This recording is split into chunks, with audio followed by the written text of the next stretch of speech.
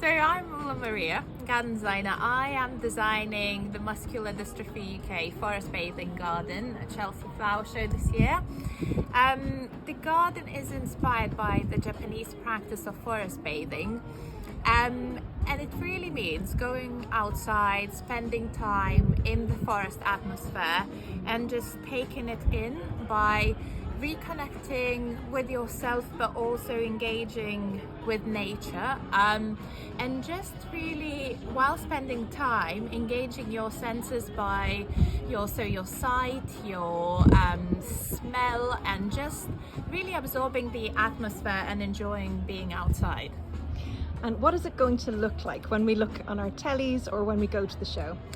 So one of the most exciting things about this garden, I think, will be the trees. We will be bringing somewhere between 50 and 60 trees into this garden, and I'm not sure, but I think it might be the first for Chelsea that many trees in one garden, and I just hope that we will be able to achieve a really immersive atmosphere, so when people go into the garden they really feel like they are in the forest. And I think it's going to be really nice because Chelsea is so busy and there's so much going on, so hopefully we will be able to bring a bit of calm and amongst chaos.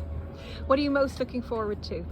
I am most looking forward to people and Muscular Dystrophy UK community being able to see this garden and experiencing it, because I designed this garden with them in mind, and the key was to design something which the community would be able to enjoy, and just providing a really accessible, immersive experience for people with muscular dystrophy who sometimes might find it quite difficult to actually go into the forest, which is less accessible.